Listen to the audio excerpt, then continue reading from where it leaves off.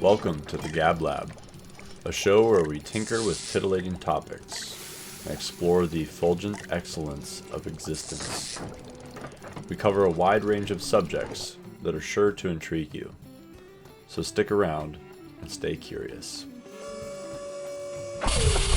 Gab Lab. In today's episode, we're talking with Brooke Smokelin, and she is guiding us through a chakra activation series. In today's episode, we talked about the Root Chakra. So if you'd like to learn more about the Root Chakra, stay tuned. Also, the replays are still available if you'd like to sign up for the full series. And also, if you'd like to sign up for just the Sacral Chakra, which will be coming next, that's also available on Brooke's website. I'll have all the links in the show notes. Brooke Smokelin is a yogi, yoga teacher, musician, songwriter, sound healer, environmental artist, environmental educator, and a visionary and creator of events. She is the founder and director of Chakra Activation Yoga and the creator of the Chakra Activation Deck. Chakra Activation Yoga is a unique fusion style of classic static hatha asanas and dynamic kundalini kriyas sequenced to awaken, explore, and balance each of the 7 chakra energy centers. The Chakra Activation Deck is a fun and useful tool for inspiring and designing a home-based chakra-themed yoga practice. Brooke has 25 years of yoga teaching and study in the Kundalini, Shivananda, Kriya, and Ashtanga traditions, and is currently an ERYT YACP offering advanced trainings to yoga teachers and students all over the world. Her Chakra Activation Yoga provides students and teachers with a wealth of yogic tools and techniques to ignite the light and positively embody their full spectrum selves. This is one of a 7 series podcasts I'm doing with Brooke as we work our way through the Chakra Activation series. If you'd like to tune into the other chakras that we covered, look through the show notes and the episodes for more of those. All right. Thank you and enjoy. All right, Brooke, welcome back to the show. Thank you. Great to be here, Michael. Yeah, thanks for coming. And this is the Root Chakra follow-up podcast. We have been working through your Chakra Activation series, and we just had the Root Chakra Activation and the Root Chakra Integration session. So yeah, super stoked to get into all things rooty. All right. Yeah, I'm so thrilled you're on the journey with the cohort of chakra explorers. It's great to have you and adding everything that you are, really. Yeah, thank you. Mm-hmm. So I just wanted to start by kind of sharing my experience through the Root Chakra Activation. And so I really appreciated the kind of I am statements, or like the I statements. And for the root, it was it I have? Is that correct? That's the verb. Yeah, that's what we're working The with. verb. I have or I don't have, but yeah, most and the affirming I have. Right. Yeah, and so the root is working with bones, feet, legs, large intestines, the eliminative systems, adrenals, and nervous system, Yeah. and then the fight or flight, which I thought was kind of interesting with the red color of the root chakra, and the fight or flight system is something that actually Amanita muscaria works with people. Mm-hmm. And the bright red color of the mushroom kind of resembles that too. Yeah. So I'm looking forward to getting into that later. So yeah, some of the experiences I had whenever we went through like a yoga sequence, and I felt the statement, I am secure in who I am, very strongly. After we went from the seated pose into mountain pose, or Tadasana. Yeah. I felt a lot of strength, gravity, and security. And then I just had a couple realizations, affirmations afterwards. I am not too much. And I appreciated the slowness. And I also saw the color red in my mind's eye whenever we were in the forward folds. Okay. So yeah, those are some of the highlights of that root chakra activation. hmm Love that Yeah. sense of security that, that's how it was speaking to you. Yeah, that's what you want with a healthy root chakra, is to feel secure.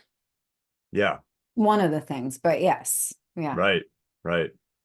Yeah. And I think so we had done the integration session last night, and something that came up for me and what we were talking about with, like, the eliminative systems and like letting shit go. And um I feel like most of my year last year, which was 2023, was very ungrounding. But it was kind of like disturbing the soil, Mm, right? yeah. And tilling up the earth of myself, and just going through a divorce, and like my house was kind of in disarray for a while.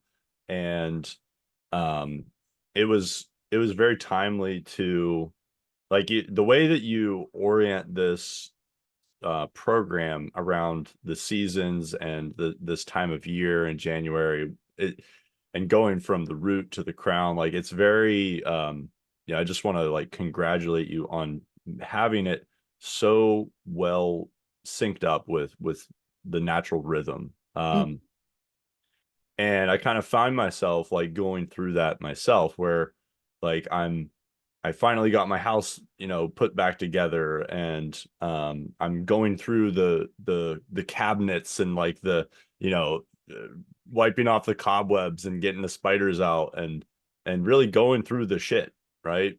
And I find that this time of year, this period of darkness, and right now we're in January, a lot of the shit comes up, and it just kind of was very much so highlighted last night during our integration session. So yeah, that was something I didn't really expect. mm, So it was nice to be a part of that integration session to reflect on that. Beautiful. Yeah, the Yeah. integration sessions I think are really an important part of the work. Um, and I'm glad that you're sensing that. I mean, there's gaining the tools, practicing the tools, right? The yoga poses, the affirmations, the visualizations, the practices around, okay, what is a root chakra, right? The sense of security, this sense of grounding, this our legs, our large intestines, etc.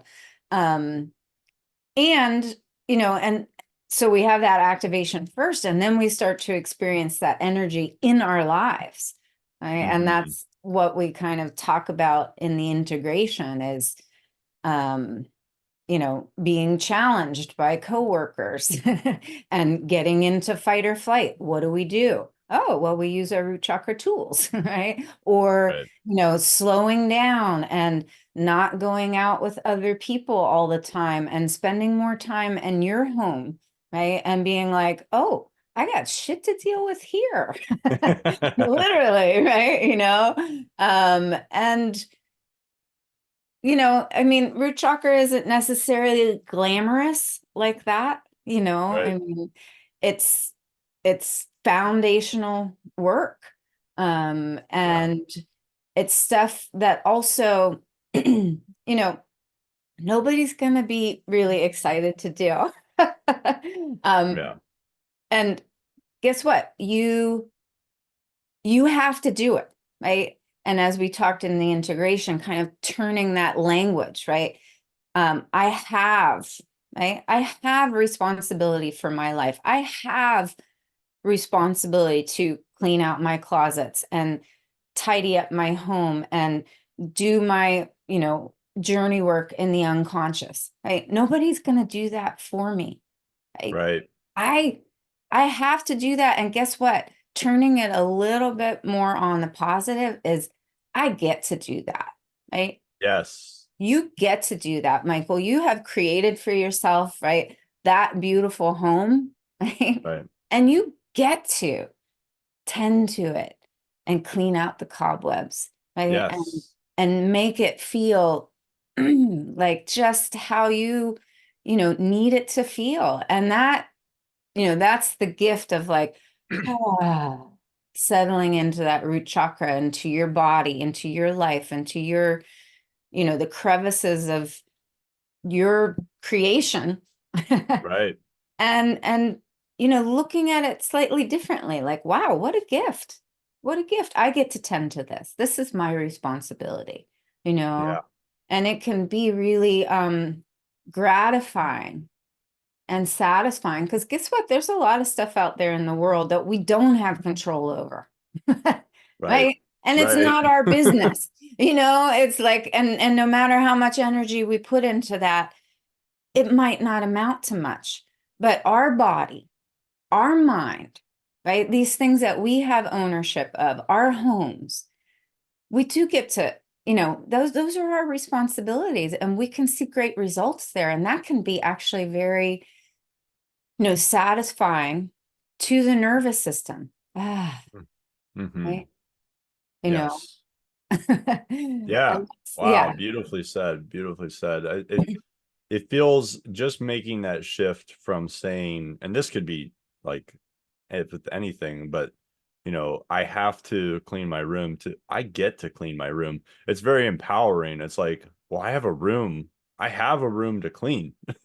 Some people Yeah, don't have a room. They don't have a exactly. house. They don't Right. even have an apartment, or you know, um, two pennies to rub together. And Right. so, and that's what, going back to the root is, I get to, Mhm. um, and like those verbs that we talked about. And Absolutely. And yeah, it's grounding into gratitude. We talk about that a lot. Like you're saying, like when you frame it that way, it's like, wait a second, I have a house. I have a body. mhm. I mean, I have these things, right? And that's, yeah, perfect Yeah. frame. Yeah, and it's like nobody really likes to just go, like we have our day-to-day stuff, and then we're like, oh man, I need to clean my basement on top of this. And nobody really wants to do it, but like once you do it, it feels so good.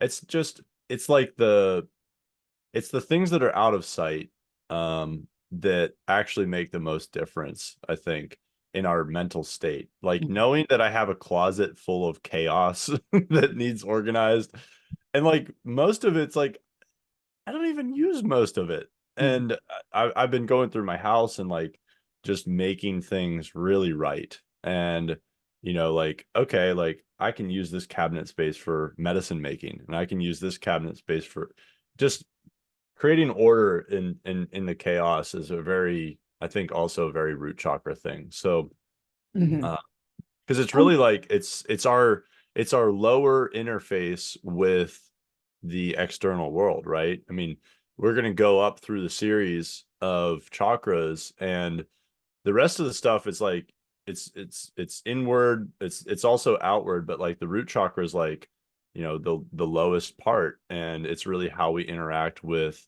this baseline physical reality. Absolutely. And I want to add to that, root chakra is, it's the most material aspect of consciousness that we embody.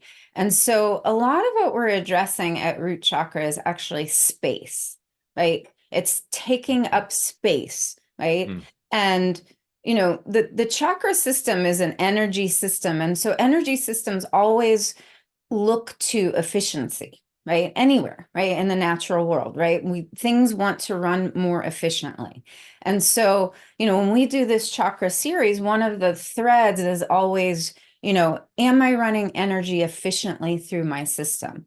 And, mhm, this is why we do this every year, and we start in January, is because, right, we look at things, mental things, what's taking up space mentally, right?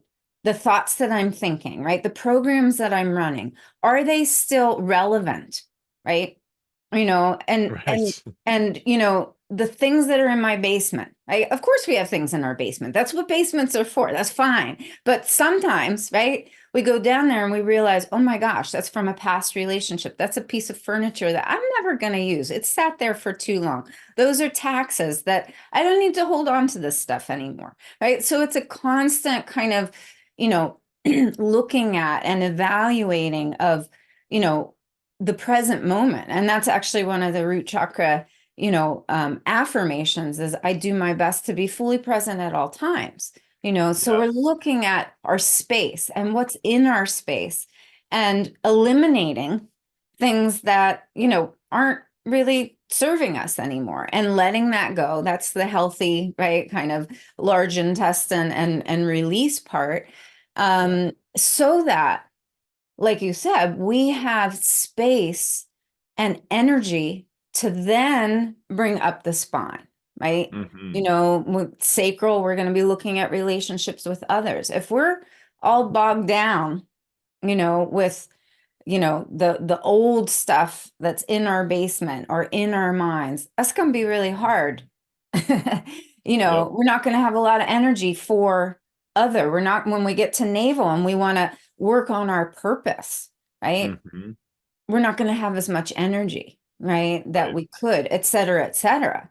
Right. Right. So, yeah, I think it's, you know, as you said, this is a perfect time to do it. January, right? Let's, you know, it's kind of less socialization anyway, right? We're kind of tending to the hearth and, you know, already our energy systems are like, I don't really want to go out. That costs a lot of energy, right? Right. So, Right. I really appreciated the one woman's sentiment last night in the integration session. Was she she didn't overdo it during the weekend, compared to normally when she would overextend herself. And it's kind of like her self really honoring and acknowledging that root chakra self, the body, the, you know, what we really need. um it's very easy to become sick or ill whenever we overexert ourselves, mhm, especially seasonally in a time like this where, you know, we're normally we would be holed up, you know, we we we have these vehicles that are climate controlled and houses that are climate controlled and everything now, but you know, seasonally our bodies are still in tune with the circadian rhythm of life, and you know, we're really in the hibernation period. So I was proud of her for recognizing that, you mhm. know. So Absolutely. Yeah, and like you said, if we were a bit more, you know, kind of in touch with the seasons, right? We would really seriously consider, right? Do I really want to go out in the cold right now? You know, right. I mean, that's, you know, it's an energy equation, right? Right. Do I have enough food, right, here in my house to refuel, right? After I go and exert and extend, you know, expend my energy out in the world in that way.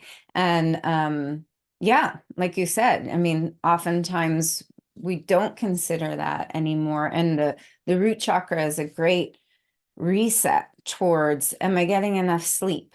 Where is my energy going? Am I tending to, you know, my inner space, right? Right. And you know, clearing that so that when spring comes, because guess what? When spring comes, I'm going to want to be outside Yep. running around, you know, because the sun is supporting that, right? It's a big shift. And Right. I'm not going to want to be doing my basement work. No. You know, so that's the other thing, you know, we get to Yeah. consider is like, yeah, when's the right time to do this? Ah, okay, Yep. January.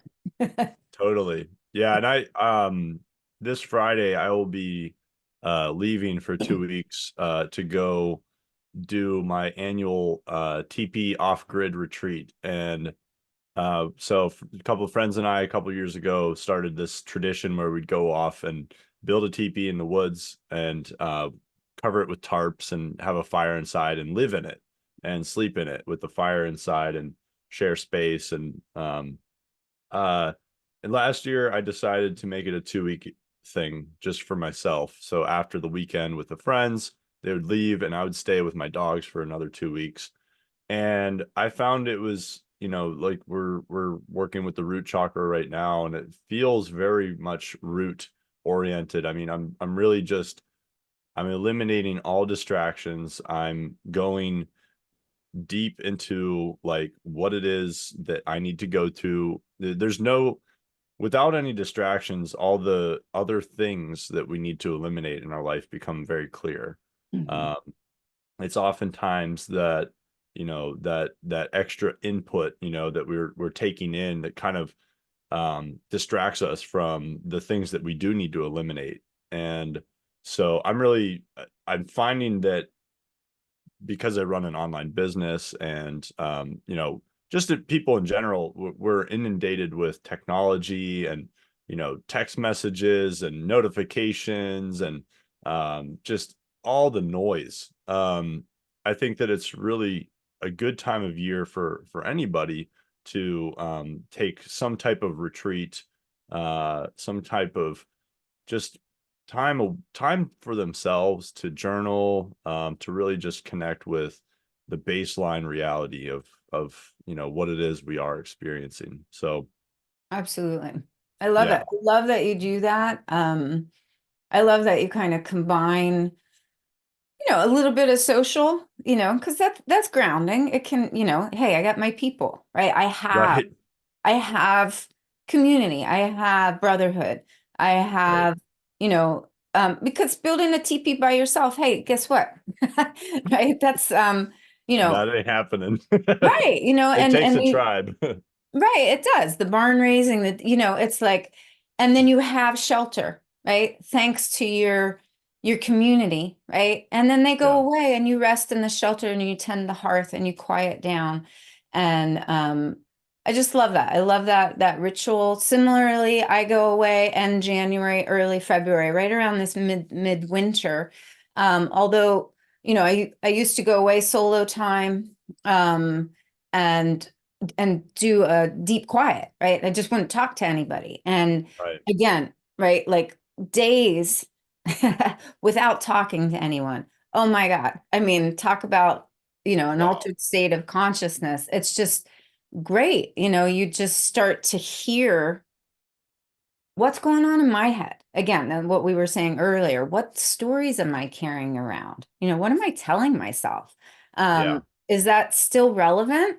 Or is that some right. old program, that isn't serving me that I need to let go of? And I find that, in my day to day, I'm very vibrationally sensitive. So, a lot of the stuff that I'm carrying around in my head isn't even mine, you know? Right, And so right. I need time and space and quiet to zoom, right? Hmm. One way that I like to kind of visualize root chakra time is like, you know, when you after a storm, right? And you look at a stream and there's all this sediment that's been stirred up, right? And it's like, the year, holiday time, just everything. There's a lot of sediment. And then January comes and it's root chakra, and you just let the sediment basically settle to the bottom so that you can get that clear stream of energy, right? Mm. Kundalini, right? Going up the sushumna. And you want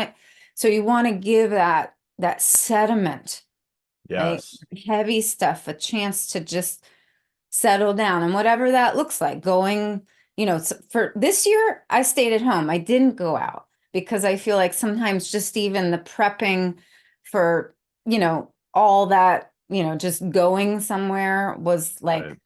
that was a busyness that I was like, I can eliminate that, right? I have a home here, and I went into my basement and I did journey work for three Yeah. days. And again, didn't really talk to anybody and just went deeply into my subconscious and my unconscious to kind of clear and see clearly Yeah. what, things that I haven't seen before, things that you know, maybe I wasn't ready to see, and kind of refresh that and eliminate things that, sometimes are driving the boat. The unconscious can really drive the boat unless you're conscious of it. So Mm, that was my work this year, but similar to kind of yeah. you going out. I love that analogy that the subconscious can kind of run the boat if you're not aware of it. And there's another analogy maybe you've heard of is don't send your emotions to the basement because they'll go down there and start lifting weights. Like don't send the things that you're ashamed of or afraid of or whatever. Don't repress yourself Mhm. and send that stuff down to the basement because they'll go there and start working out and get stronger. I love that. I think Yeah. that's interesting. And I think that's kind of a good segue, if you don't mind, that Yeah. I took Amanita into the basement with me. Yeah. Let's And go there. Let's go to the basement. yeah, and I'm new on the Amanita kind of experience, and you know, but what I found, and I bring it up because I found that I did some journey work on my own, without plant support, just to kind of run a baseline of what was that like. And, the unconscious can be triggering, right? I went there with the intention to kind of recover memory around deep trauma that, you know, and, uh, and I was uncovering things, and I feel like my nervous system is capable and resilient. And then I went down a couple rounds with Amanita as, kind of support. And what I found, which was really interesting, is I felt this sense of sedation, right? I felt awake, I felt clear, but I felt really held. I just felt like there was something holding me. And to your point about not taking the emotions, there was kind of a less emotional affect that, kind of was transpired, where I was able to see things um, that I think previously I wasn't able to see, and just see them, right? Just Yeah. stand my ground with them in the dark underworld, right? And be like, okay, thank you for this information, right? And not get, you know, kind of rattled by it, not get triggered by it, and certainly not get emotional about it. It's just, this happened. Like, so I'll pause there, but Yeah. That's amazing because everything you're saying feels very much so like my personal experiences with working with Omnita and with some of my clients and friends. And I just want to ask you, what do you think it was that was different about working with Amanita that allowed you to kind of uncover more? Do you think it was like a suspension from being in the subjective experience position of experiencing your emotions, or what do you think it was? that's a good question. And I mean, I'm going to say that I need more data. Yeah. Because, this was just kind of initial impressions, and, sometimes the unconscious is pre-verbal, right? And so Right. I'm discovering how to articulate um, about my experience, but um, there, well, a couple things. I mean, I think knowing, I do work with all kinds of plants, and knowing that kind of Amanita is like of the underworld, right? And Yeah. that mycelial network, and Right. all that intelligence. I mean, literally, what a great ally, right? When I'm going into, the ground in my journey work. I'm, literally going down into my unconscious. I mean, those are, if there's any plants or, intelligences, right, to work with, Mm-hmm. it's going to be It's that. absolutely, yeah. So And that's just, like goes yeah. into the doctrine of signatures, right? With Chinese medicine, for people who aren't familiar with the doctrine of signatures, it's a way of viewing and becoming informed about the intelligence and maybe the effect, the effect that a plant or a mushroom could have with somebody based on how it looks, the environment it grows in, different associations. So, things like the mycelium and psychedelic mushrooms, psilocybin or amanita, these, and also just mushrooms in general, medicinal mushrooms like cordyceps, chaga, reishi, like that mycelial network. A lot of mushrooms are adaptogenic, so they're working on a lot of different levels. They're working in a lot of different ways, and they can help parts of the body, mind, and spirit communicate with each other.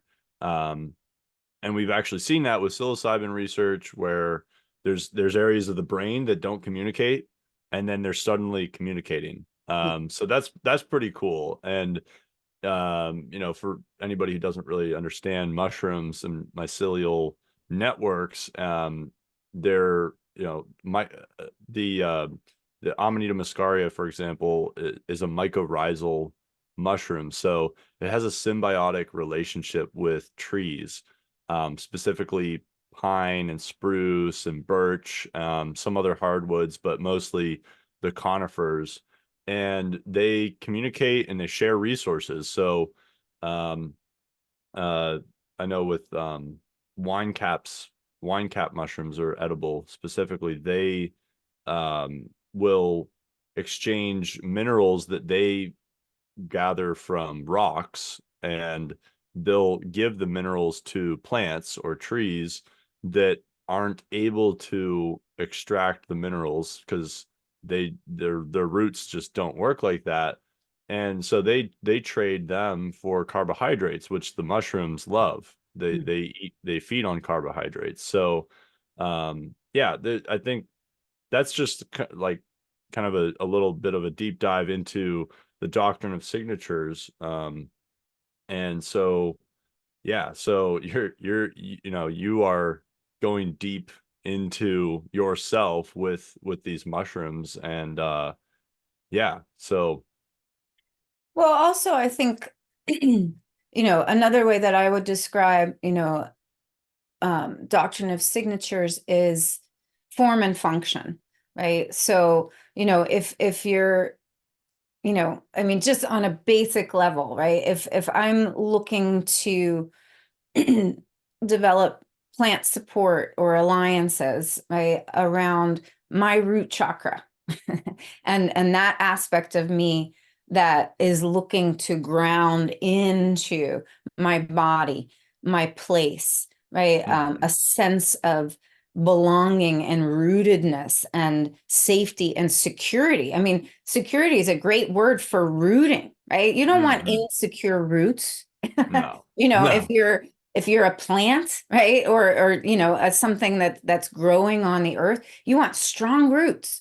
You want deep roots, you want fastening and security, right, to the source of nourishment, right, mhm, that will continue, to run through you. So just that alone, right? I turn to, right, the well-rooted beings, right? The mushrooms that, live their whole life underground, right? right, Except for the fruiting bodies that, we see. I mean, that's one aspect, but so much of the life of kind of fungi, right, is experienced in that rich soil, right? right, And as we're talking about going within and going into our basements and cultivating, right, a sense of okayness, right? With Mm-hmm. myself as a solo, right, being, right? A self-contained unit, right?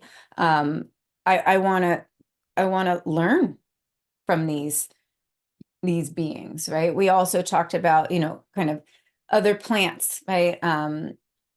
You know, an essential oil that I use at this time is vetiver. Right? And it's why do we use vetiver? Well, because it's a thickly, densely, extravagantly rooted plant, right? Yeah.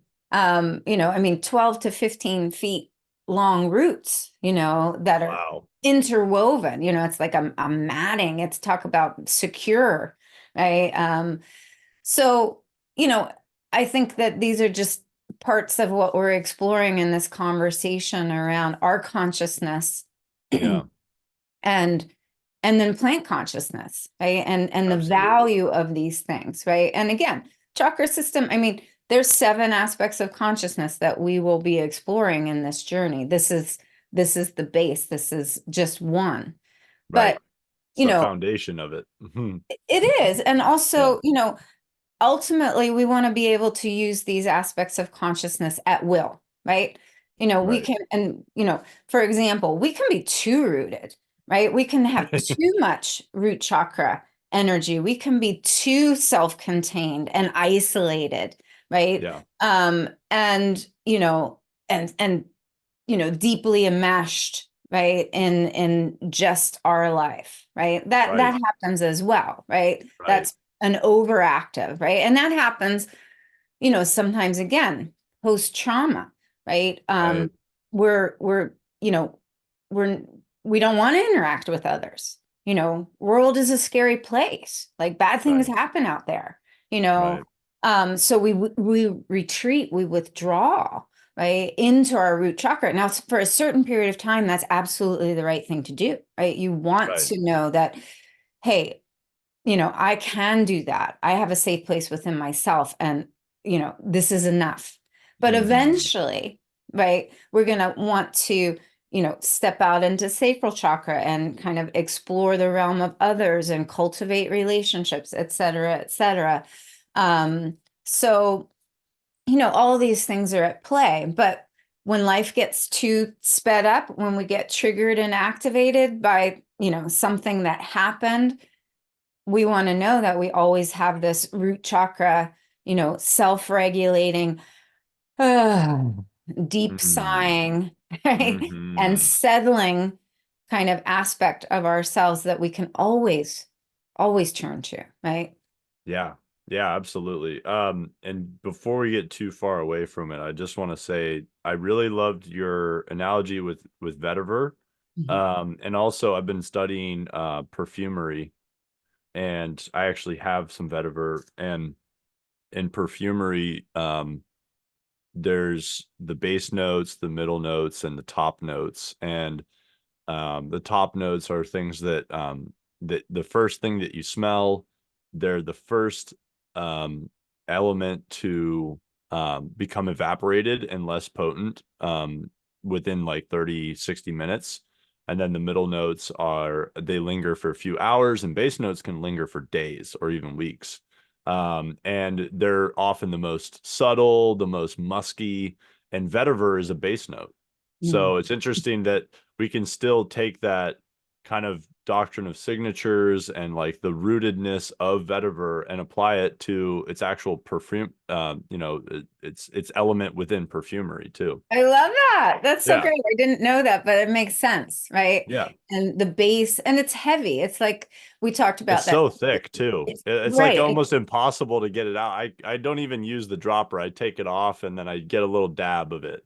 But see, that's a root chakra practice, though. That's why Yeah. because it's, Patience. yeah, I'm like, just hold it and you got to wait for it. And, Yep. that's what it teaches you is like, I'm heavy, I'm slow, I'm taking my time. If you don't got time for this, maybe you should check yourself. Right. Like, if this is too slow for you, maybe you Yeah. need to do a little bit more root chakra. Totally. No, and I will be the first to admit it's easy for me. I'm a very Vata person. I'm very watery and very airy, and it's easy for me to be ungrounded. Yeah. And so daily practices like meditation and yoga are important.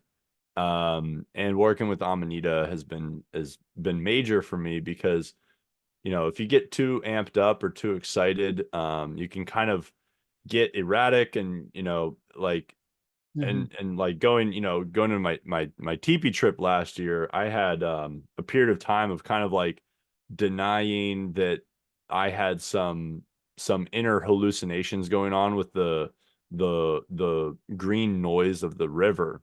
And so I was right beside a stream, and I don't have any distractions. I don't have music, I don't have my phone, I don't have anything. It's just me and my mind. And so I started to have this hallucination. I was hearing like police sirens, and it was just perpetual, like like really annoying.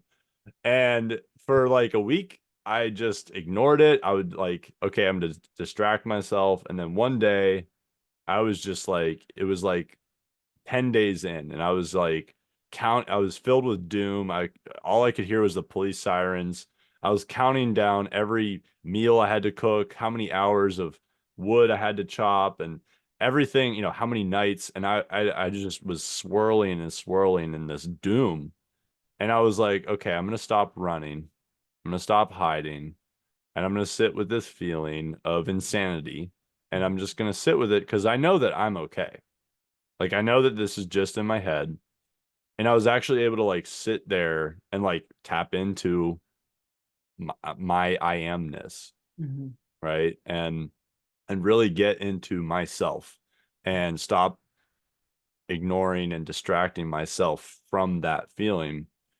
And after I sat through that and broke through, I actually had the best time ever. And so like my brain wanted to create some kind of noise. We have this beautiful mind, but also too, whenever we eliminate all sensory inputs, the mind can oftentimes hallucinate or bring up trauma, which for me, I think was uh, being a teenager smoking weed in my car, thinking everything's a police car, right? And I traumatized myself as a teenager going on burn runs. And so I think that that's where that was coming from. And so after that, I actually made up my own song, and I was like, well, if I'm gonna like have some like hallucination, like I'm gonna choose what I want to hear. And so I made up this delightfully obnoxious, cheery song in my head, and instead of the police sirens, it was that. But I had to sit with where I was, and that's really the medicine of being really rooted in my body. It brought me out of my head and my erratic nature and kind of forced me to sit there. And I knew I always could go back to my vehicle. I could stop the trip the teepee trip at any point, but I wanted to break through. I love that. And Yeah. yeah, I so love that. I mean, congratulations, for getting through.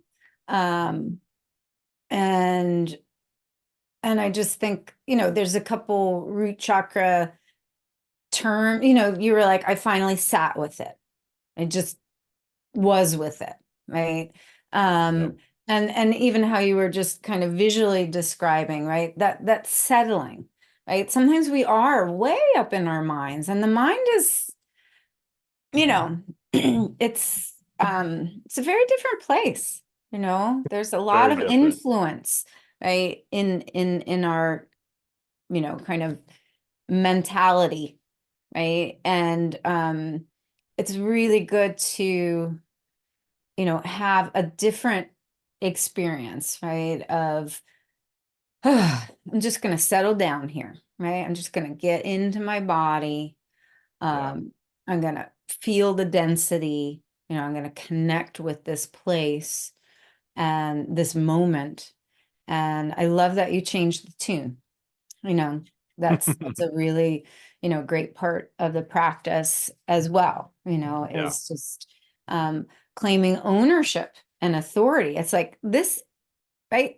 This is my time. This is my space. And I'm going to turn the radio dial Yes. to what it is that I want to be hearing. And if I Yep. really need to turn the volume up on that, right, and just run that mantra or that song or that affirmation over and over, that's what you again get to do, right? Yes. You have a mind, and you get to, tune it and care for it and become aware of it. And if it's running some program, right, that is not relevant, right, trauma from the past for whatever reason, right, you have the capacity, right, and the responsibility, right, to, tend to that. Yes. Did, and that's Absolutely. beautiful. I love that turnaround, just like, ah. Yeah. It was really funny because I was like, if anybody would hear me right now, they would probably think I was insane because there's just this guy in the middle of the woods chopping wood, and I'm like whistling so obnoxiously, and it was the best. I actually got my wood chopped faster than I've ever done. I had more energy afterwards, and it's amazing the sluggishness of a bad headspace can create. Just Well, that's, drain yeah, your energy, totally zap your energy. right. And Yeah, really, I think like getting into, so that's my propensity, is more kind of ungroundedness. So working on my root chakra is actually really important. Working on things that are slowing down, right? Like taking the vetiver and just holding it, like doing like my business, doing tinctures and um gardening and things like that. I don't like the tedious work. I really don't like it. I'm good at moving fast and like making big moves, and like, I'm all like planning, and that's why I need to have people that I work with that like the tedious work, because that's the things that I'm not as good at. But it's actually like there's a lot of medicine in slowing down. Mhm. And that's Mhm. why, like, intuitively I know like I need to go away for 2 weeks, and things like that. But there's other ways to slow down too, and there's other practices that people can do. And I was wondering if you had um any maybe like the Bija mantra, or if you wanted to do like kind of like a yoga sequence, like anything small that somebody who's listening or watching could do right now after they really have, we've really kind of laid out a good um backdrop of what the root chakra is about. So do you have any practices that could really help people get in touch with their root? Absolutely. You Let's know, go. I have a whole bunch of them. Um, but I think where I'd like to actually start even before the mantra is actually with the breath. And I Okay. think this is super accessible. You can do this anywhere at any time. And there are two main breath techniques that I teach for root chakra. The first is the cleansing breath, right? And the second one is the deep sigh.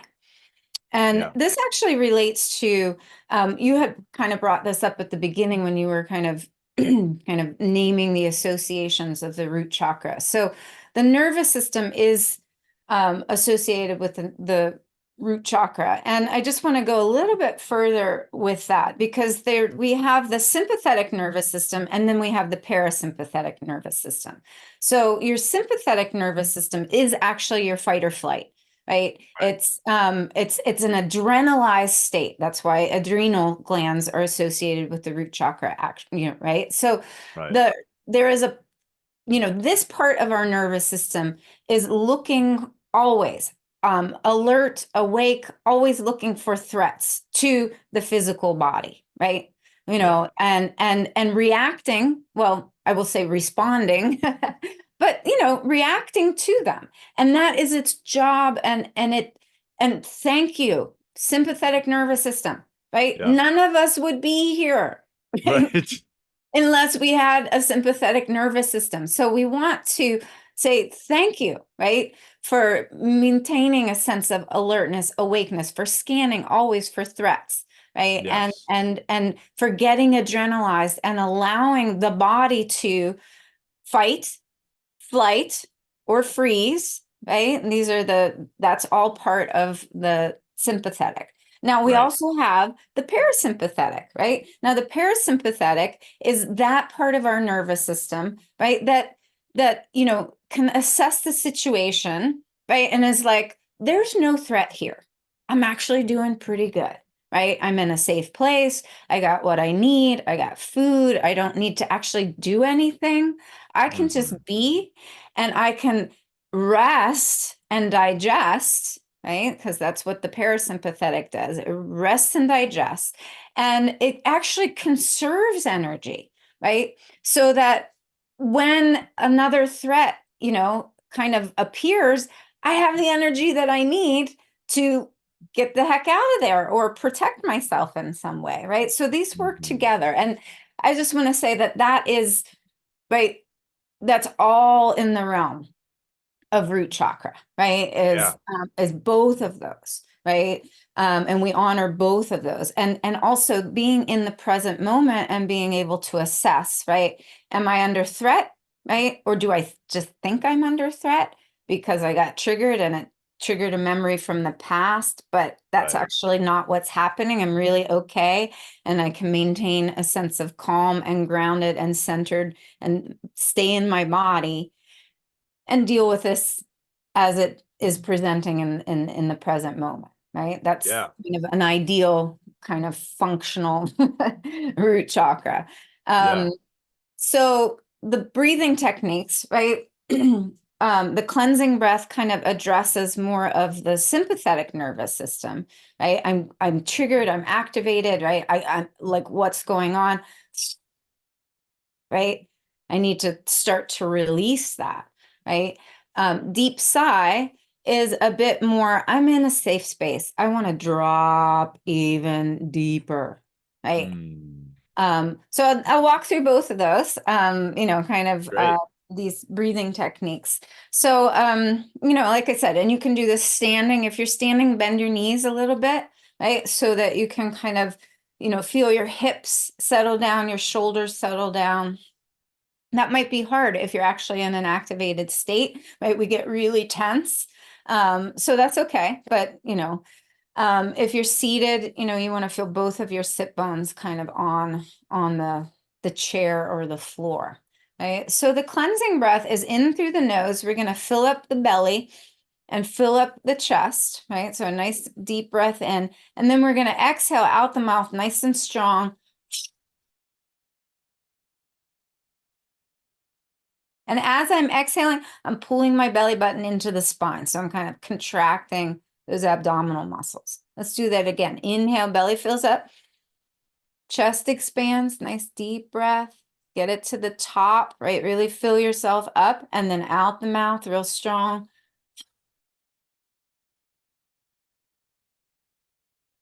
And the exhale is like 2 or 3 times as long as the inhale. So let's do a couple more rounds. Inhale.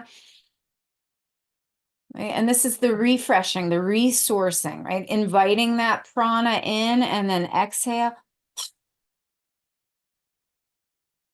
And on the exhale, you're trying to just eliminate, let go of stress and tension. Again. And big exhale.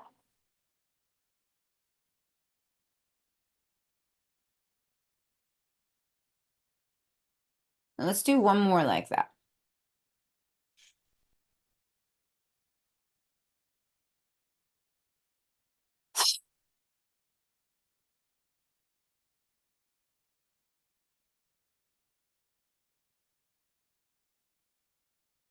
And then you can come back to just easy breathing in and out your nose and take a moment. Notice, right? Any changes, any Mm. kind of shifts in your kind of physical, emotional, energetic experience. And Michael, I'd love to hear what you notice. Well, I feel a deep calm. Um, just having this slow, long exhale is so yummy. It's Yeah. down regulating. It's Mhm. really nice. Yes. Um, you know, um, I often feel like I need to be like stimulated, caffeinated, for podcasts, and I know that a lot of the deep experiences and conversations come from like a state of calm. Um, it's balance, balancing alertness and calmness. You don't want to be too chilled out. They were like, yeah, man, like Okay. What were we talking about? what were we talking about? But just to be just to tell myself through that, like that slow breathing, like, hey, actually it's kind of like you're having an awareness of these chakras and how to work with them gives gives us more agency. And I love that. And I love that I have the gift of going through this whole series with you. It's such an honor to kind of unlock and work with each of these energy centers. So I felt like very down regulated, like this is okay, this is safe, Mhm. telling my body that. Good, good. I love that. Yeah. And And I want to the come mic. back. I just want to say I want to come back to that breath. And I encourage people that are listening to come back to that breath throughout their day when they're feeling ungrounded, when they're feeling anxious, when they're feeling stressed. I mean, you could do that while you're driving, sitting in traffic, whatever, just got yelled at by your boss, whatever the heck is going on, Right. to kind of bring yourself back into the present moment. Absolutely. And also it's a cleansing breath, right? It's a Right. clearing, right? So, you know, like, I get kind of easily overwhelmed, right? I start to hit my threshold. And then when I notice when that happens, I start thinking differently, right? And that's because my nervous system is activated. So this is a great tool for me when, I just need to make space mentally, physically, right? And it really does put the brakes on. I notice when my nervous system gets activated, my breath rate increases, my heart rate increases, everything starts to Yep. right? And how do I stop that? Okay, right? Let's clear, right? Take a deep breath in, right? Hmm. Like just pause, change the rhythm. Like you were saying, tune the radio dial differently. And then that long exhale, right? That's just, it's clearing. It's clearing for the mind. It gives me a sense of Hmm. spaciousness and pause, Yeah. right?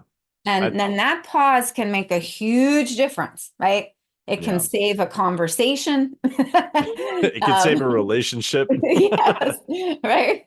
And I want to highlight that thing that you said, that whenever you're in that state of fight or flight, it changes your thinking. You're actually not able to really access higher faculties in your mind.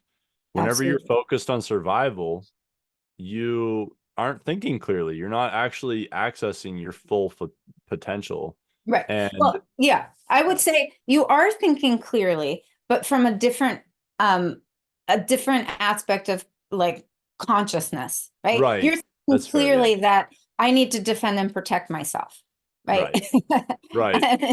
And, and like you said, there's a whole range you know, of consciousness that we could be accessing. But when our body goes into that, and we start to feel sped up, overwhelmed, breath rate, heart rate, right? We really, our thinking gets limited, right? Yes. And Yes. so we want to be aware of that. And that kind of cleansing breath can open up, keep open, right? Access to those other ways of feeling and thinking and being, right, in our bodies. So yeah, I love that. Part two, if I may, right, is the deep sigh. And the deep sigh is a really great breath for, I mean, sometimes I use these together. Oftentimes I counsel people not to really do the deep sigh until the end of the day, right? Until you're really in a place where you can relax, right? So cleansing breath is like you said, you're driving, you're at work, something happens with the family. I often do cleansing breath, like if I'm in a family situation, I'll just excuse myself and go to the bathroom, and you'll hear me in the bathroom, like just clearing my field and being like, wow. um, but the deep sigh is a bit more like at the end of the day, right? Or when you come home from work and you're sitting in your favorite chair and you're having your cup of tea, Mm, and you really want to send that message first and foremost to your adrenal glands and be like, thank you for getting me through the day. It's crazy out there, but now I'm home and I want to conserve my adrenaline. I don't want to get into adrenal fatigue. I don't even want to think adrenalized thoughts. I don't need to. I'm at yep. home, right? Yeah. I want to I'm flip safe. that switch. And so the deep sigh sends a message to the adrenals. Hey, thank you. I don't need you anymore. If I need you, you'll know. And also helps that shift into parasympathetic where I can rest and digest, right? Start to eat good meals, right? Get Mhm. into books, get into music, get into, all the wonderful comforts that we have, right? Yes. Body, mind, and spirit, right? Not just physically going through the motions, but actually being fully present to them. So that's what the deep sigh is for. So we're going to make a little bit of noise. It might seem a little strange, but that's the message that we want to send to our adrenal glands. So it's that same thing. It's a deep breath in through the nose, belly fills up, chest expands, right? And then on your exhale, I want you to make some sound. Ah. Ah. Beautiful. Let's do that again. Deep breath in. Belly fills up, chest expands, and then big sigh. Ah. Ah. You want to feel that vibration. Let's do a couple more. Inhale. Ah. And I like to get to the bottom of my exhale. So I'm really pulling my belly button in and getting all that kind of adrenalized breath out of me, and then inhaling again. And one more time. Let's do a nice big sigh. Ah. Ah. Good. And then Yeah. back to that easy breathing. Right. And you might notice it, right? Michael, tell me what you notice after the big sighs. Oh, it feels so soothing. Feels very soothing to my nervous system. Mm, good. Yeah. It's like the first breath is like, let's down regulate, like you said, and then the second breath is more like let's get deeper. Let's get deeper in. Like let's really, really chill out. Let's really relax. Like we're safe. We're in our safe place.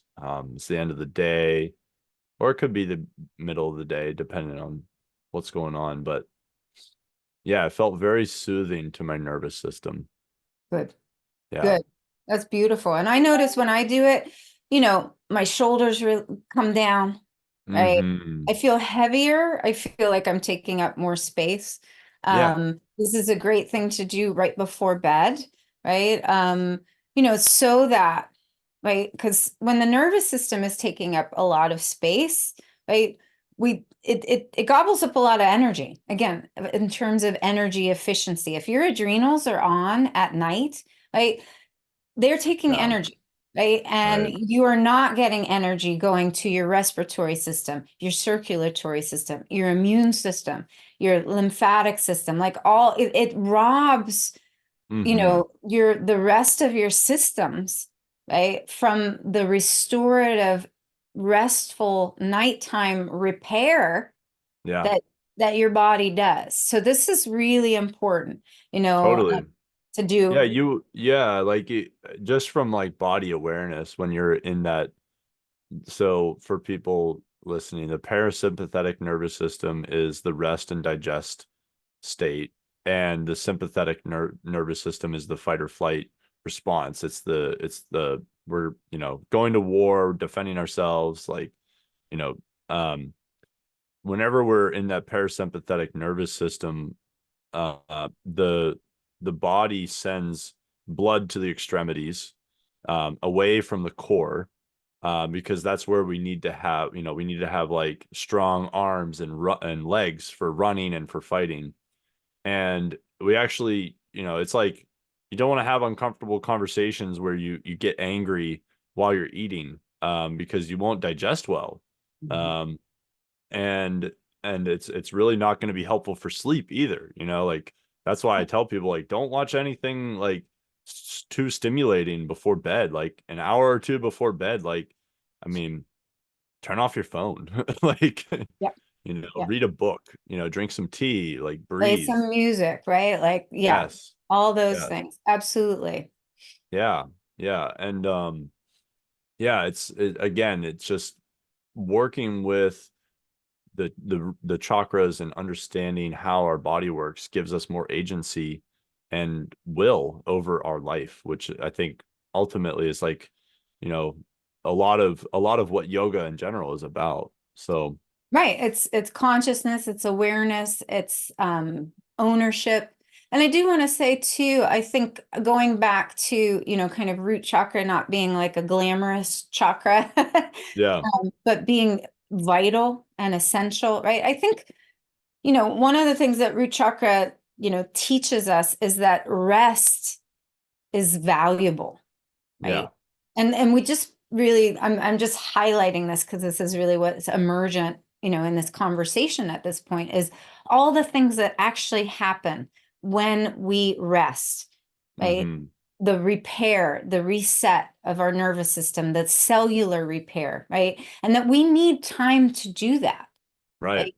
And and that we get to, Right. we have to We have give to. our Yeah. bodies the Yeah. restful, and not just like it looks like I'm asleep, but I'm having, highly, kind of stimulating dreams because I watched some violence on the TV screen before I went to bed, right? It's like, Right. no, I know what my body needs to do, and I'm Hmm. giving my body the space and the time to do that efficiently and effectively, right? Um, yeah, and rest and have my adrenals not be charged so that Hmm. all the systems in my body can, I can tend to them, right? My Yeah. body can do what it does, and get into the the closets, right? Right. And literally, I mean, that's what the body, everything that we were talking about, the mind, right? And Hmm. ourself, that's what our body is designed to do, right? Yes. Cellular repair, to get in there and clear out, what's no Hmm. longer serving us. And not, this is where disease comes from. It's because we're carrying around literally too much shit, right? In Yeah. our cells, right? Right. And Right. if we can get a good night's sleep, and particularly in the dark time of January, right? And Yes. and honor that and Yes. say, this is valuable, right? For me to slow down, to not be distracted, to get good night's rest. What a service we're doing for the body, which is the foundation of, our explorations of consciousness. Yeah. Yes. Yes. Yes. Oh, I love all of it. It's one of my favorite poses during the root chakra activation is something that I often come to, which is apanasana, and which is like also known as the wind relieving pose, which I love it, because it's like if you hold that pose with a fart, it's coming out. Yeah. So, and for people who don't know, it's you're laying on your back and you're hugging your knees into your chest, and you're rocking, and you can rock side to side, you can rock forward and back, you can just stay there. You can even, spread your knees apart and hold them with your hands and kind of like rotate your hips. There's a lot of different variations with it, but apana is prana that is exiting downward through the body. So it's the eliminative systems. It's very much so root chakra stuff. Absolutely. Yeah, it's funny. I love that you bring that up. I love, the mention of apana because we did talk about that at the root chakra kind of activation. I actually in the chakra activation deck, apanasana is actually a sacral chakra pose. Oh, Um, whoops. Yeah. no, no, that's okay. I love it. Yeah. I mean, this is kind of what happens is one kind of, and these are not hard, fast definitions, but the reason why Right. I present it as a sacral chakra pose is because of the placement of the legs. So anything that we do for root chakra, basically both of the legs are doing the same thing, right? It's Mm. that tap root energy, Hmm. right? And so we did Dandasana, we did Paschimottanasana, we did standing forward fold, we did Tadasana, right? All Right. these things, the legs are in equal footing, right? Right. And Right. that's a stabilizing posture, right? It's Mm. Yeah. fortifying. It's, think of those stances, even when you stand, you don't stand on one leg and feel empowered and secure, you stand on both legs, right? You take Ooh. up space, right? Yeah. So these are the kind of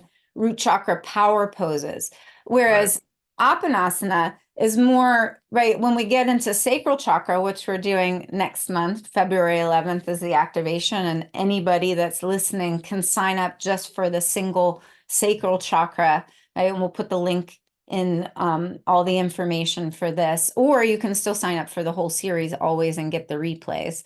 But if you Right. just want to join in for sacral, but the reason why I use that pose for sacral is because when we start exploring the hips, which is what we'll do at sacral chakra, right? That's the body consciousness of the hips and the range of Mm. motion. If you just tune into your hips right now, you're like, wow, Right. I can, thank you, hips. I can move this way, forward, backwards, side to side.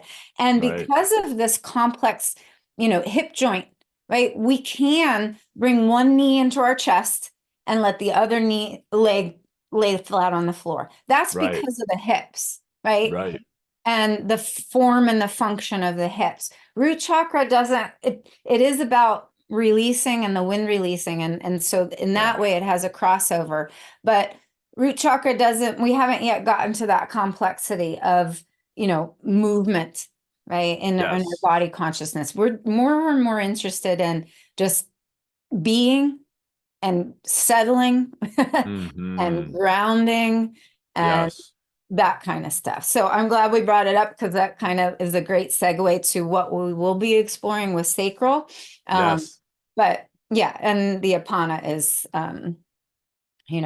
definitely a root chakra concept.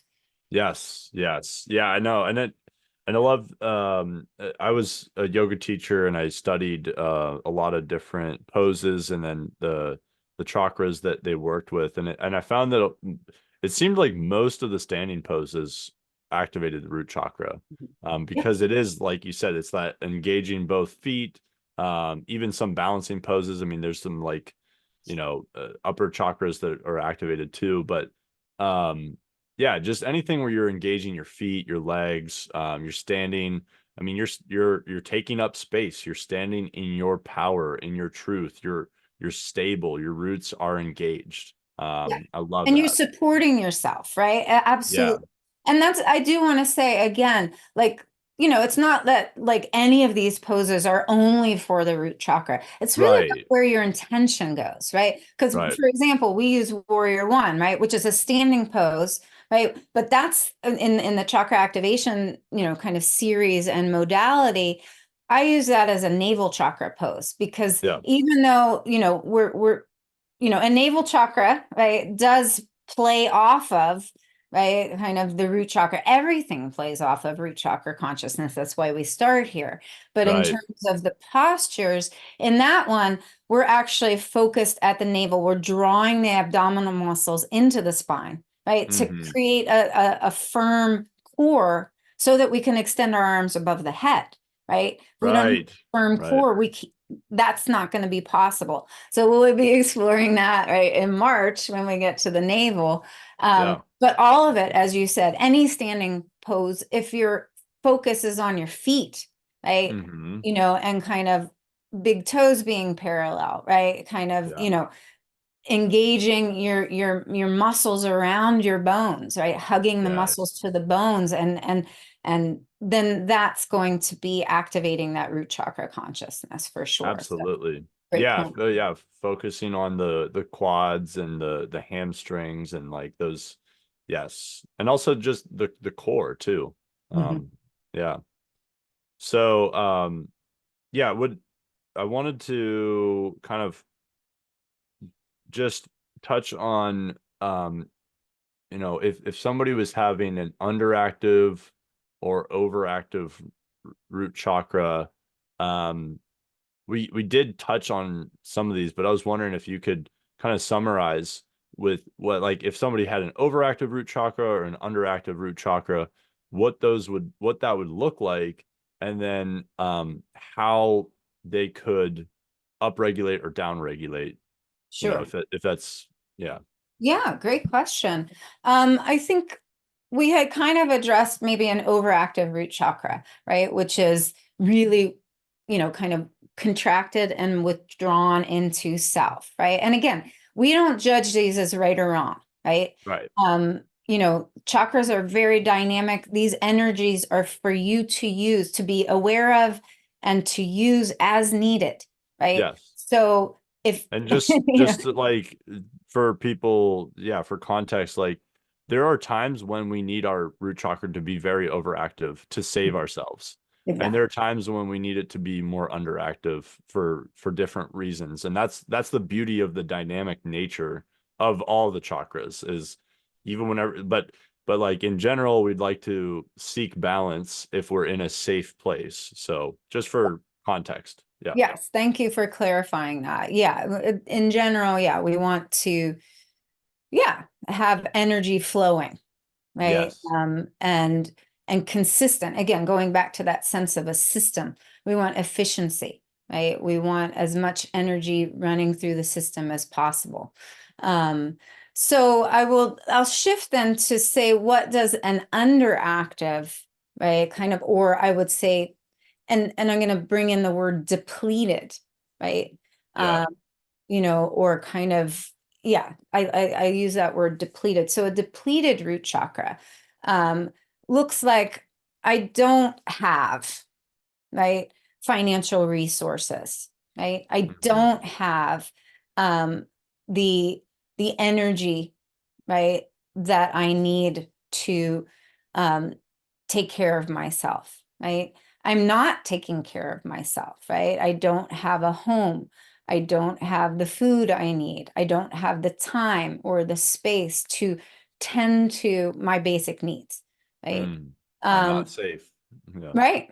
Well, Yeah. and this is where I think, and that's why I say it's depleted, because oftentimes we can run the program of the root chakra too much, right? This is why the functionality of, say, the Mm. deep sigh to say, Adrenal fatigue. Yeah. exactly, right? Yeah. Right? If we, and this is why presence is so important, right? And being able to assess, am I responding to a real threat, right? Is something happening to me right now that, like, I need to be adrenalized, right?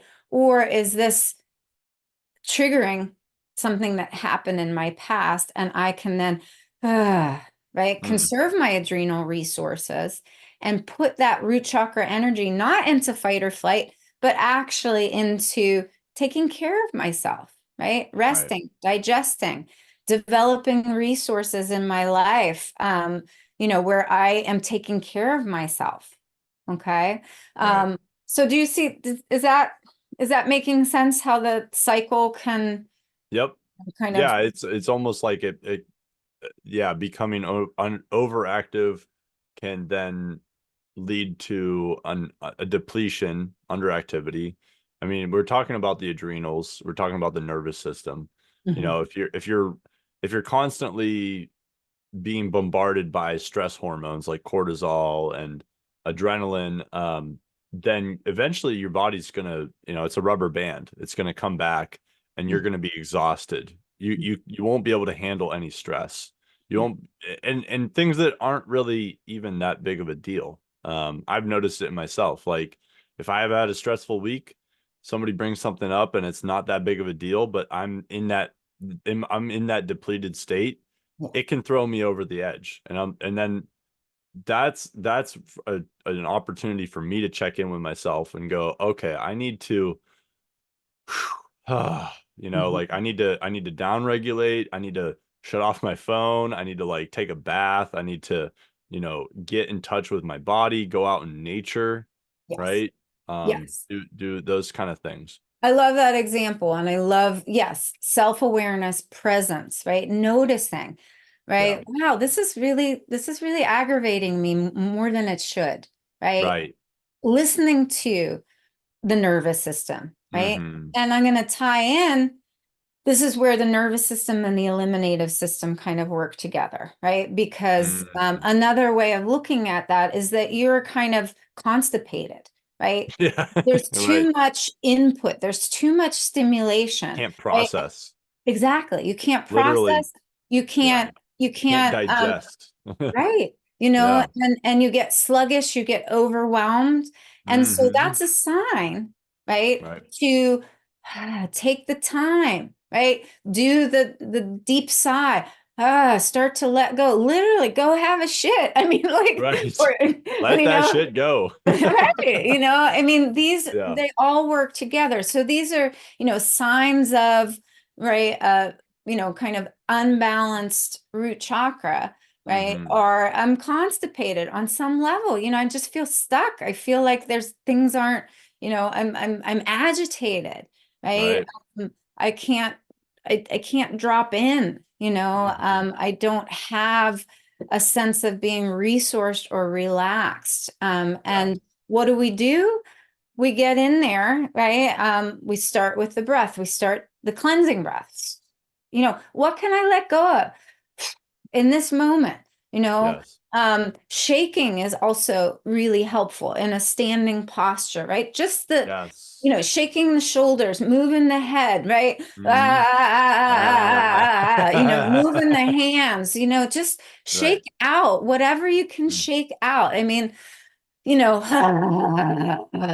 deep breathing, right? Like, yeah, I mean, it feels Yes. silly, but this is why we Yes. kind of retreat to our own space to do these kinds of silly things, Yeah. whatever, Right. because we need to, and we have to, and we get to, right? So that we're Yes. not carrying that shit around. There's a reason why this word keeps coming up at root chakra, because we do carry shit around. And Yeah. how do we let it go? We breathe it out, we shake it out, we sleep it out, you know, Yes. we shit it out, Right. and this is all the function and the form, right, of our root chakra, Yes. So did that answer your question? Yes, yes, it definitely did. I think that these are going to be excellent tools for people that they can start practicing today, with how to have a healthy root chakra, how to have a healthy digestive system, how to have a healthy nervous system and adrenal system. Absolutely. Um, I think that it's wild to just see what nature has for us with as far as like examples of this. So one example is, an antelope is grazing gently, in its rest and digest, and then there's a lion, there's a predator, and they run, run, run, run, run. They're in sympathetic nervous system. They're in fight or flight. They are literally running for their life, Mhm. and if they don't run fast enough, they will be food. Mhm. And then as soon as the threat is over, if they survive and they make it, they shake it off. Mhm. They shake it off and then they go back to eating. Yeah, They scan, they go, okay, it's okay. And then they go back to eating. And these are real threats that these animals are dealing with. And a lot of times, with our reptilian part of our brain, the animalistic part of our brain, the amygdala, um, we have threats that feel like fight or flight, like I'm going to die if, if this person cuts me off in traffic, or if my boss yells at me and is, going to demote me or fire me, like I'm going to die. Like that's what our brain is saying, And also too, watching violent movies, Right. playing violent video games, having conversations around violence, Mhm. all these things are activating our fight or flight response. Because to the mind, it doesn't really understand the difference between experiencing something, witnessing something, or watching or hearing about something. So, Absolutely. Yeah. it's just our mind. It's not like there's anything wrong with it. It's just we need to understand how to work with it. And that's why those tools that you offered are great examples to allow us to have more agency over these systems. Absolutely. And I Yeah. will also just add to that that timing is really important with the root chakra, right? Yeah. Because both of these aspects of our nervous system are vital, right? Yes. And we honor both of them. And in Yes. depending on context, right? We never want to if we're feeling threatened or sped up, or whatever, we don't want to try to trick the nervous system into shutting off the adrenal glands. This is why I say maybe wait until the end of the day, right, Right. to do that, because you know then it takes even more energy, right? And we do live in, I mean, yes, maybe not life-threatening situations, but our world is very stressful, right? And Yeah. there's reason to be adrenalized around that, right? And there's a lot of conflicting stuff. I mean, there's war going on. We might not be experiencing that personally, thank goodness, but other Right. people are. And that is a reality that like our Yeah. nervous system is very much aware of that, right? Yeah, and it could be our reality. If there was a war where we live, I mean that, we wouldn't, maybe we don't have a home, or maybe the grocery store doesn't have food anymore. And Exactly. all these things, I don't feel safe. I can't feed myself. I can't provide for myself. Right. Those are potential realities that most people in the modern world don't have to deal with. But we can still make ourselves incredibly sick. Uh, Mhm. so Well, and this is the yeah. conversation around efficiency is, you know, let's let's save our that aspect of our nervous system for the very real threats. And let's not Yes. deplete our our adrenal glands, on, kind of like, I mean, I don't want to say they're insignificant, but in the grand scheme of things, right? Like, what are Yeah. you getting adrenalized about, right? Right. Because I you might need it someday. And some people, the adrenal glands are amazing. They get you going in extraordinary situations, right? right. And like I said, we thank them. I mean, if you've experienced physical trauma, if you've been you've been in life-threatening situations, you want to Yeah. say thank you to your adrenal glands and your sympathetic nervous system. And, as you said, of people of the modern world, we really need to use these tools and, kind of stay regulated, to the Yes. best of our ability, um, and explore these other aspects of consciousness, uh, Right. and come up Yeah, with and solutions so that we're not, doing the same thing and fighting wars. Like, let's get up into our crown chakras and start engaging with that energy and see ourselves as all a part of the same whole. And so that we don't keep yeah. creating these situations where, we have to stay in the adrenalized state. Right. Right. Right.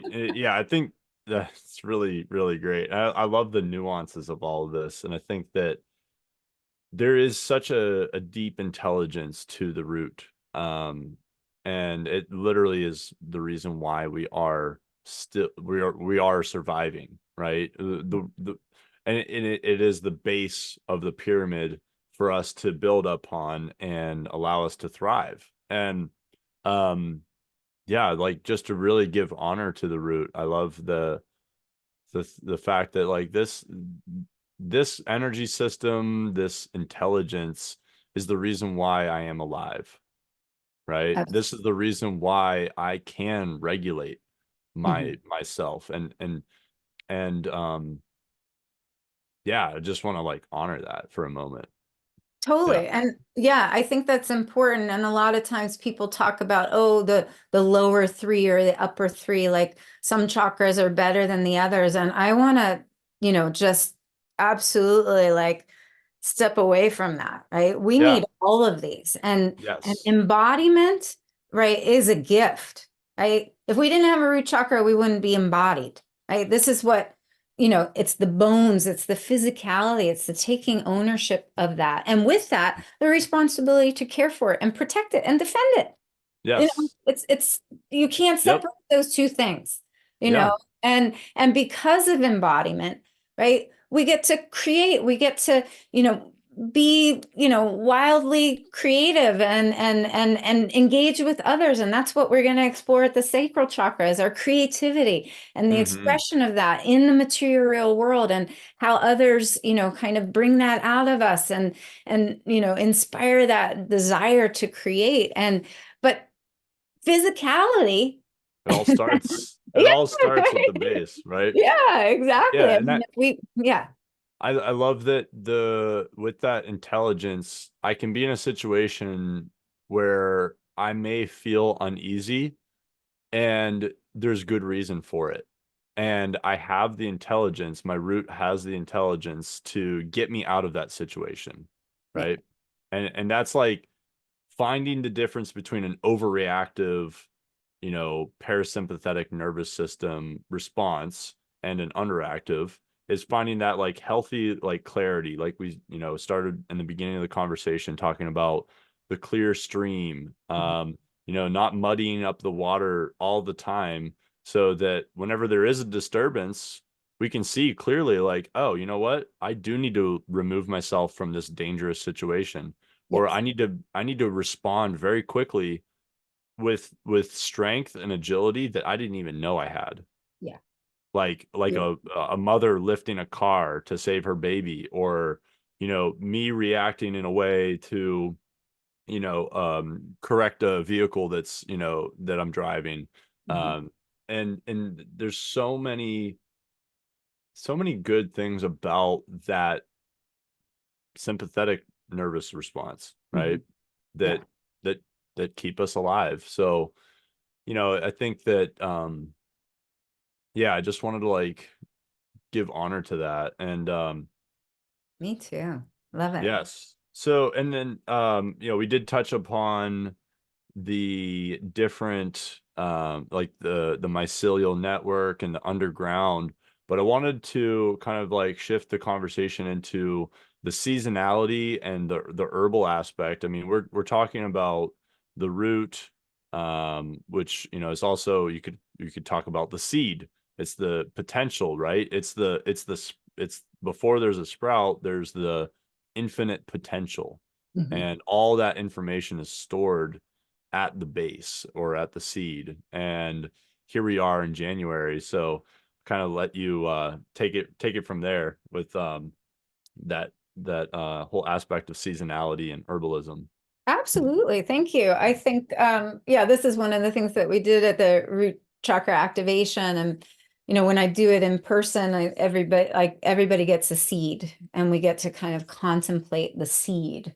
Yeah. And because, that's really, as you said, right? This is where we are on this journey, right? We are in this, if you look at a seed, and I got one right here, if you're looking at the visual, right? It's hard, right? I'm with a P Mm-hmm. right now. Right? Nice. And so it's hard, it's dry. This what we call the seed coat. Another, I'll get another seed just as an example, right? Here's a sunflower seed. This is a good example, right? It's got this Mm-hmm. hard coat, right? This protective layer, right? And that's Mm-hmm. that's our sympathetic right there. Right. It protects, it preserves, it conserves, and Mm-hmm. what's inside, right, is everything that this seed needs, right? Yeah. Everything that sunflower needs to become sunflower is inside sunflower, right? Yes. In Yes. terms of its blueprint, I'll say, right? Yes. Now, this is where kind of the elements come in, what is the first thing, right, that this seed needs in order to begin to develop its potential, right? And we talked about that, right? And before it needs water or sunlight, right? Because those things will come, right? But before that, it actually needs a place, right? Yes. This seed Needs needs earth. to land, right, on the ground somewhere. That is the primal activation of this seed energy, right? Hmm. As long as this seed is floating or in my hand or in a jar, right? It's not going to become anything. Right. It needs a place, right, to kind of land. And that's, again, that's this root chakra consciousness that we are, really contemplating is, first of all, I am, you are, right? It's that I am consciousness. What is the seed I am? Michael, the seed you are is very different than the seed I am, right? Right. I am becoming, right, more and more myself, and you are becoming more and more yourself. And the sunflower seed will not become a pea. The pea becomes a pea, right? Right. The sunflower becomes a sunflower. Because why? Because of this intelligence, this Ah, information that it contains, yeah. and this potential. Now, how it interacts with the elements, right? This is the nature nurture, conversation. Yeah. um, but Before I just wanted to pause and yeah, say an aspect I'm seeing of the root chakra is individuality and boundaries. I And I love it. just wanted to highlight that with the example of the seed that you're giving. So Yes. yeah. Perfect. I love Yeah. those words. Yes, very much. Right. Individuality and boundaries. Right. Yeah. Now, eventually these boundaries will soften. Yeah. Right. And that's what we explore with sacral chakra. The element of water, right, Hmm. will dissolve the seed coat and woo, right, this, Yep. you know, something wonderful happens. But we're Right. not there yet. We're at root chakra. We found a place and we're like, right. This seed Hmm. isn't going to necessarily kind of activate on the surface. It needs to sink in, right? When you plant Hmm. seeds, some seeds you plant on the surface. I get that, right? Yeah. But some seeds need to be covered, right? Right. They need to, you put them in, and that's what starts to activate them. Um, Right.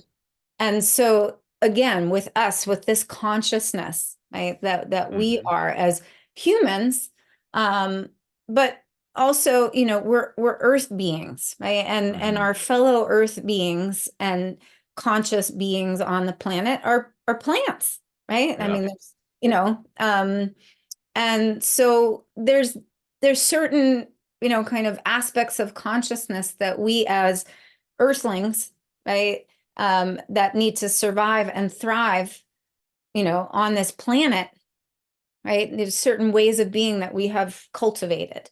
And so that's kind of, the juicy part of this conversation is, how am I like this seed, right? Yes. And Yes. when I find this place, right, what's the first thing that will happen is my root will go down. I need to secure myself, right, Hmm. to the energy field of the earth, to the Right. nourishments, the grounding, right? Anchoring. Yeah. Yeah, the anchoring, the Yeah. provisions, right? What Right. does the earth provide, right? Right. Again, this is where kind of the mycelial network comes in, and the mushrooms are, kind of inspiration in that, you know, Yes. The into that underground network intelligence. connected, right? Yes. We have, right, an underground intelligence, just using your Mm. words, within us, right? Hmm. Right. And how are we going to figure that out? Well, we have to go there, right? We're not Yeah. going to figure that out on the surface, interacting with others. Right. We're going to discover our innate underground intelligence, right? The capacities of, and the wisdoms of our own, unconscious and subconscious, by going in and down. Right. Right. Yeah, and in the same way, you know, as for the analogy of the seed being the beginning, um, it's really the end of another cycle, which we understand in life is that nothing's really, you know, an end or beginning. It's just cycles going, continuing. And with the perennial systems, so plants that are coming back every year, not something that grows, produces a seed, then dies, and that's the end of that plant's life, but a plant that comes back every year. So like a tree or a bush, a shrub, even some smaller plants. We live in Pennsylvania where we don't have as many perennial things, but we do have things that the whole plant will go through its life cycle and it will release seeds, and then the energy goes back to the roots and maybe the plant dies off, and from the surface it looks like that plant's dead, but certain plants, like I'm looking at a giant patch of Japanese knotweed outside that I use, and within herbalism, people know that if you're harvesting roots, you want to harvest them, you know, at the end of their year, at late fall, a warm day in the winter, or in the springtime before they're budding up again, because that energy, that potential is Mm, going back into the roots in the same way that the seeds hold that potential energy again. Um, absolutely. And so that's that's the why we most call it, potent. yeah, the root and seed, because like you're saying, for a perennial kind of plant, right? And Yeah. if we identify as perennial plants, right? Yes. Then yeah, we're going to be working with that root energy, right? We're going to Yes. be at this dark time. That's where our energy is. And we're going to be fortifying our roots, and our roots are, underneath the snow, underneath, all that. They're still nourishing that plant. That plant hasn't died. Right. It's dormant, it's hibernating, it's not socializing with its friends, that's for sure. Right. It's doing the journey work that it needs to do, Down in right? the basement. Yeah, exactly. It's tending to, whatever it needs to tend to. And Yep. and yeah, that's foundational work, right? And like you said, if it's an annual and it releases seeds, those seeds are having their own kind of quiet, kind of dormant, right? Kind of Hmm. connecting with, fastening in, right? To place. Um, Yes. yeah. And so, in terms of just taking that a step further, right? Things like burdock, tea, dandelion, tea, Hmm. licorice, tea, chicory, right? These are perennials, right? Hmm. That Yep. we actually, look to their roots as medicine, right? And that's, where the medicine of the plant really is. And this is what one of the things that we can be ingesting at this time, this root energy. You said you were making root vegetables the other night. I mean, that's great root Heck yeah. chakra medicine, to just be in that contemplation of how nourishing roots are, right? Yes. Yeah. And yeah, I was saying last night during our integration session, yesterday, my partner and I were making kimchi or sauerkraut, kind of our own version, but I love to incorporate a lot of root vegetables. So I'm putting in radishes, I'm putting in ginger root, I'm putting in garlic, right? These bulbs. I'm putting in beets, and Carrots too, that you said? Yeah. yeah, carrots too, the deep root carrots, Mhm.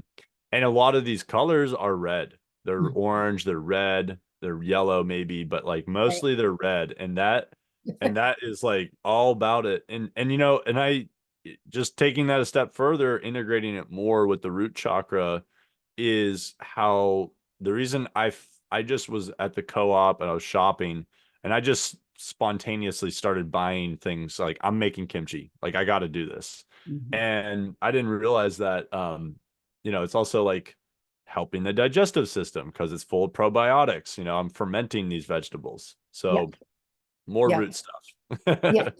And it's beautiful. I love that you are responding to the wisdom, right, of this energy, right? You're really Yeah. letting this energy flow through you and speak to you, and you're being present to it and responsive to it. And you know, that's again, what this is about, awareness, right? Yeah. And letting it kind of move through you, and letting yourself become more and more aware, and then noticing, when you eat those vegetables, how does that feel this time of year, right? Feels so right. I Mhm. love yeah, and it's just it's wild because it's the intelligence of nature oftentimes informs us on how we can interact with ourselves and with the world around us. And we look to the plants and the trees, and they're dying back, but they're, like you said, they're still alive, they're still vital, but they're in their roots. And the bears are hibernating. Mhm. uh, the crops that we've harvested are the roots that are, like we have them in the root cellar, Mhm. like this time of year. And the potatoes and the onions and the things that are slow moving, and we're eating a lot of fermented foods because they're better for our digestion. And it's kind of a great time of the year to just throw everything that, like the bumper crop of the harvest, in together to make this kind of concoction. So um yeah, oftentimes, like yoga and Ayurveda, it's really harmonizing with nature. It's harmonizing with ourselves. And that's, the word yoga means union. Mhm. So it's really about, kind of becoming one with self. And I think it's really good that we have highlighted so many aspects of the root chakra, because it's so important to have a stable foundation. Mhm. We're talking about the base of a pyramid and the stable structure for building, this conversation, building this system as we go up. And yeah, I'm really looking forward to each month, as we work through different systems and kind of taking it from there. But before we end the podcast, do you have anything you'd like to add about the root chakra, or yeah, anything? Well, as I was listening to you, I think um, one of the things that, well, two things. One is, yes, this weaving in of um, the wisdom of the earth, and the element for root chakra is earth. And as we kind of settle into ourselves, right, our bones, we relax our nervous systems, we get present, what we realize is, not only do I have a body, and how wonderful is that? I'm embodied, and it's so capable, and I have a nervous system and an eliminative system, et cetera, et cetera. But underneath me, Mm, is this incredible body, right? This earth mm, body, right? right, That is always there, right? I don't know embodied experience on earth without that, right? right, That is my ground, right? That is the ground of my consciousness, right? yeah, um, in this realm, right? In this moment, in this form, um, and all that Earth provides, right? And all that Earth is. And, hey, it's very wonderful and beautiful, and it's scary, and etc., right? All of it. So I just really want to, I think the way that I want to say it is that, oftentimes when we think of consciousness, we think of it in terms of the higher realm, right? Like, mhm, expanded consciousness of, say, my third eye, right? Or, my throat chakra, even the heart has consciousness. But I think oftentimes when we're in the lower chakras, we forget that this is consciousness too, yeah. There's right? an intelligence that's deep. Right. And that's what I Yeah. heard you saying. And I just really want to underscore that, embodiment. right, Yes. requires a consciousness, right? Mm-hmm. And this is all the things that we've been talking about, right? Like, and all these things are essential to be aware of and engage with, right? Mm-hmm. To continue to be embodied, right? And Yes. so we practice this, we use these tools, and we build off of them. So thank you to the Earth Mother for providing, for, all of us in these, just abundant ways, right? Nourishing ways, all the ways, right? Giving us a ground for being, and, gratitude for our bodies, right? Mm-hmm. For being, resourced and resilient and, refreshed through our rest. And yeah, it's great to be alive here and embodied with you Yes. and have these incredible conversations about how great it is to be alive and And embodied. embodied. Yeah, Love it. May it exactly. continue. Yes. Yeah, I think that was actually one of the most profound takeaways in this conversation for me was the recognition that, like, yeah, it's always like you think like, oh, the lower three or whatever, the lower three chakras, it's like not really intelligent, but there is such a profound wisdom that keeps us alive, that keeps us nourished, that keeps the systems regulating. And I think that it's symptomatic of a disembodied culture, right? That we talked about in the first podcast and the intro was the disembodied culture that we live in, the capita, the head-based culture. Um, and really, I think there's such a beauty in sinking into that that deep, profound body wisdom, and then understanding that there's something, like you just said, there's a deeper intelligence below that, which is the Mhm. earth mother that's like holding us this through this whole journey. So so good. I think, yeah, let's wrap it up there, and I will see you in a month for the sacral chakra. Yeah, actually, I'll say it again. Sacral Chakra Activation, right? Yeah. It's online. It's a 2-hour workshop. We do poses and practices over Zoom. So, and that's Sunday, February 11th, and it's from 1 to 3. So it's not quite a month away. Yeah. And then about 10 days after that, we do the integration session.